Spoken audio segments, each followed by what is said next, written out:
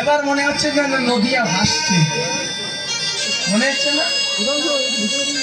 আজ মহাপ্রভু খেলা করতে ডাকছেন, নামের খেলা খেল দিয়া, প্রেমের খেলা খেল দিয়া, কিন্তু দেহে তো কামে ভরা। প্রেমের খেলা খেলবো, ভাবুক রসিক মহাজন সিদ্ধান্ত দিলেন। সবকিছু কিন্তু কোনো ছাত্র গ্রন্থে পাওয়া যায় না, কিছু কিছু জিনিস আছে গুরুমুখী বিদ্যা, বই পুস্তকে পাওয়া যাবে না, ব্যক্তি ভাগবতের কাছ থেকে নিতে হয়। আমাদের জগতে দুটি ভাগবত প্রচলিত, সচল ভাগবত, অচল ভাগবত।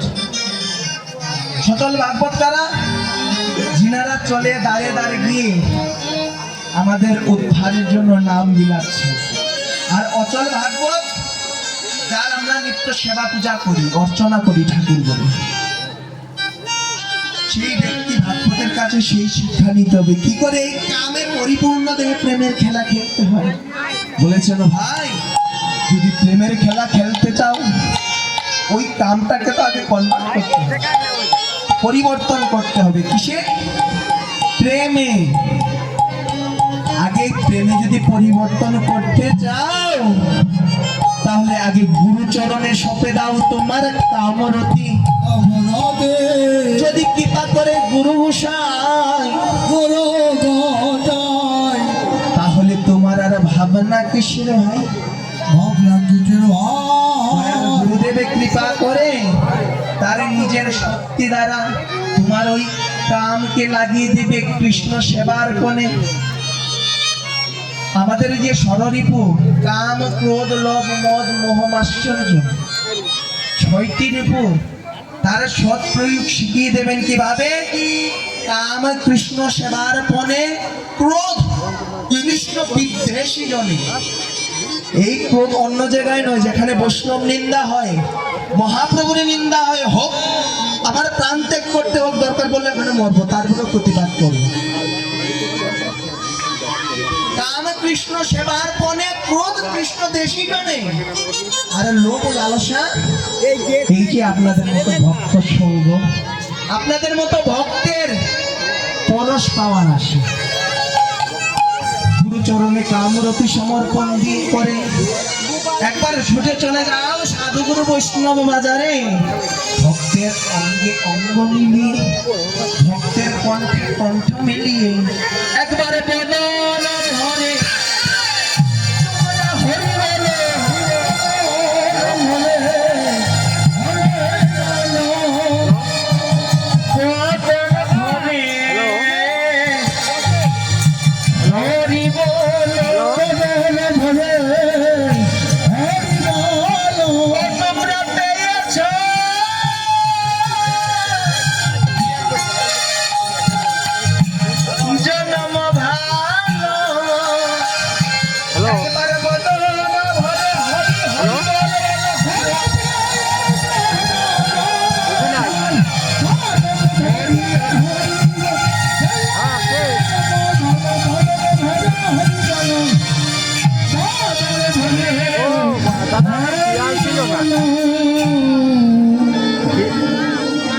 মহাপ্রভু খেয়াল ছিল না, আমি চলে গেছি তাড়াতাড়ি, তো খেয়াল ছিল না। প্রেমের খেলা খেলছে।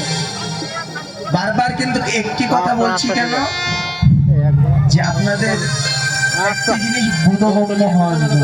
কি বিষয়? ও বাবা, মহাপ্রভু তৎকালীন সময় নদিয়ার শ্রেষ্ঠ পণ্ডিত নিমাই পণ্ডিত, সবাই তো জানেন। আচ্ছা, কোন পণ্ডিত ব্যক্তিরা কি খেলা করে? ও বাবা, আপনারা কি এখন খেলা করতে পারবেন মাঠে গিয়ে? সেই বয়স আছে, সেটা কি শুভনীয়? শোভা পায়? কিন্তু মহাপ্রভু এত নামি দামি পণ্ডিত, সে আবার খেলা করছে কেন? এই সংসার মাঝে বাবাদের থেকে মায়েরা ভালো বুঝবেন। ছোট বাচ্চা কাচ্চা যখন খেতে না চায়, মায়েরা কি করে?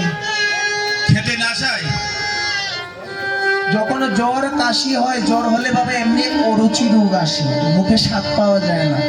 আর বাচ্চারা তো এমনি খাওয়ার প্রতি ক্রমিয়া থাকে, ওষুধ খেতে চায় না, চিপস খেয়ে খেয়ে নাড়ি মরে গেছে। তখন মায়েরা কি করেন? খেলার ছলে মায়েরা কি করেন? তার পেছনে পেছনে দেখেন নিজে নিজেও বাচ্চা হয়ে ছোটে, টুকু ভুয়া ছেলে মানে মনোরঞ্জন করার জন্য বাচ্চার সঙ্গে খেলা করে। খেলা করতে করতে খেলার চলে কখন যে ও ছাড়িয়ে দেয় বাচ্চারা কিন্তু টের পায় না। কি মা হয় না? আমার মহাপ্রভু জানেন যে আমরা কলি হত জি মন্দ বুদ্ধি অল্প আয়ু, এত সাধনা তপস্যা করার মতো ধৈর্য শক্তি আমাদের নেই। আরে দেখবেন বাবা, এই জগৎ সংসারে আসল জিনিসের একটু কদর কম। মাতাল কবি রাজ্জাক দেওয়ার একটি গান আছে, কাকার মাতাল কবি রাজ্জাক দেওয়ার নাম শুনেছেন কিনা জানি না। ছোটবেলা ওনার অনেক সঙ্গ পাওয়ার ভাগ্য হয়েছে, যদিও বা উনি ইসলাম ধর্মের লোক, কিন্তু খুব রসিক লোক, ভাবুক লোক।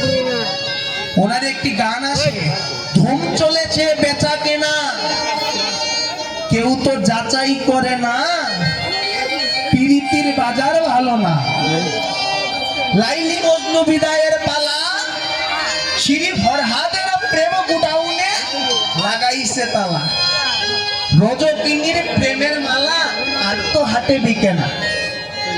সব বাবা ফলে ভরে গেছে, ছলনায় ভরে গেছে জগৎটা, আসল জিনিসের কেউ কদর করে না। মহাপ্রভু জানেন ভালো করে আমরা অল্প বুদ্ধি সম্পন্ন লোক, ধৈর্য শক্তিহীন।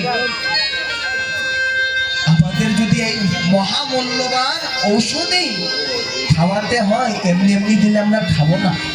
কি গো বাবা, কারো দ্বারে যদি গিয়ে বলা হয়, ও বাবা একটু একাদশী করো তো, বয়স তো অনেক হয়েছে, গলায় একটা মালা দেন, ও দেবানে দেখা যাবে না, এখনো বয়স আছে তো নাকি বলে না?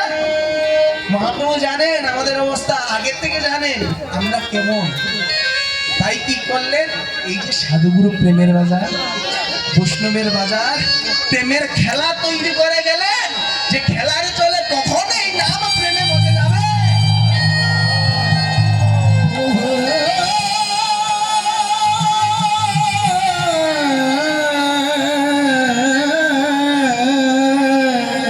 এই যে এখানে বসে আসার পর মাঝে মধ্যে কয়েকবার হরিনাম করলেন, নিজেরা বুকে একটু হাত দিয়ে বলুন, আমি বলবো না, আপনারা বলুন নিজের বুকে হাত দিয়ে, কেমন লেগেছে?